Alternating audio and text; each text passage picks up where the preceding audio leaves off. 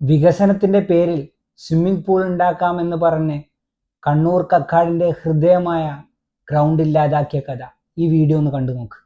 കായിക വകുപ്പും സ്പോർട്സ് കൗൺസിലും സംയുക്തമായാണ് കണ്ണൂർ കക്കാട് സ്വിമ്മിംഗ് കോംപ്ലക്സ് നിർമ്മിച്ചത്. 1.04 കോടി രൂപ പദ്ധതി ചെലവ്. പാഴാകുമെന്ന മുന്നറിയിപ്പുകളെ അവഗണിച്ച് നിർമ്മാണം നടത്തിയത്. കക്കാട് പുഴയോരത്തെ ചതുപ്പ് നിലത്ത് 4 വർഷത്തിനിപ്പുറം സർവ്വതും നശിച്ചു.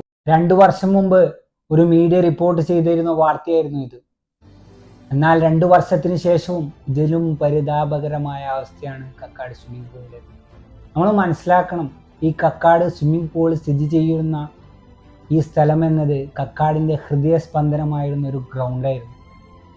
പലപ്പോഴും പല വൈകുന്നേരങ്ങളിൽ അവിടെ യുവാക്കളും കുട്ടികളും ഒക്കെ അവിടെ പല വിനോദങ്ങളിലായിട്ട് ഏർപ്പെട്ടിരുന്നു.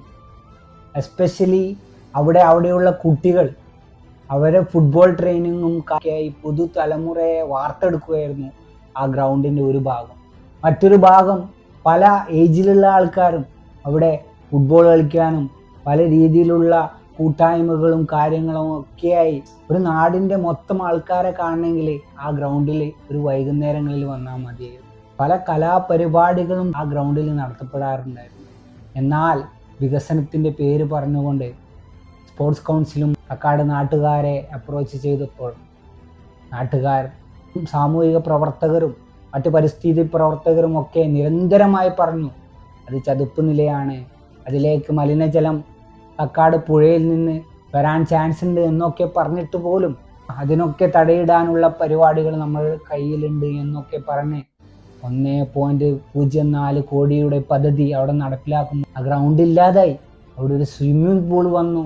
ആ സ്വിമ്മിംഗ് പൂളും നാട്ടുകാർക്ക് ഉപകാരമില്ലാത്ത രീതിയിൽ ഇന്ന് മാലിന്യ കൂമ്പാരമായിട്ടുള്ളൊരു സ്ഥലമായി, സാമൂഹിക വിരുദ്ധർക്കൊരു താവളമായി ആ സ്ഥലം മാറുമ്പോൾ നമ്മൾ മനസ്സിലാക്കേണ്ടതുണ്ട്, നമ്മുടെ നികുതിയുടെ പൈസയാണ് ഈ പോകുന്നതെന്ന്.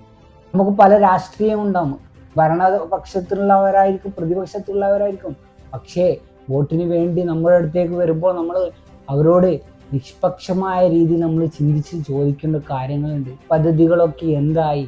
നമ്മുടെ നാടിന് വേണ്ടി അല്ലെങ്കിൽ നമുക്ക് വേണ്ടി നിങ്ങൾ ചെയ്ത ഈ സ്വിമ്മിംഗ് പൂളിൻ്റെ അവസ്ഥ ഇപ്പം എന്താണ് എന്ന് നമുക്ക് ചോദിക്കാൻ കഴിയണം. രണ്ടാമതും ഈ സ്വിമ്മിംഗ് പൂള് റിനോവേറ്റ് ചെയ്യാൻ വേണ്ടി വീണ്ടും ഫണ്ട് പാസ്സാക്കി എന്നാണ് കേട്ടത്. ഈ ഒരു സ്വിമ്മിംഗ് പൂള് ഇനി രണ്ടാമത് വന്നു കഴിഞ്ഞാലും അതിൻ്റെ അവസ്ഥ എന്താണെന്ന് നമുക്ക് കണ്ടറിയണം. അതുകൊണ്ട് കക്കാടിൻ്റെ ജനങ്ങൾക്ക് ഇപ്പോഴും അതൊരു ആശങ്കയായി, അതൊരു വേദനയായി അവരുടെ മനസ്സിൽ എപ്പോഴും ഉണ്ടാകും.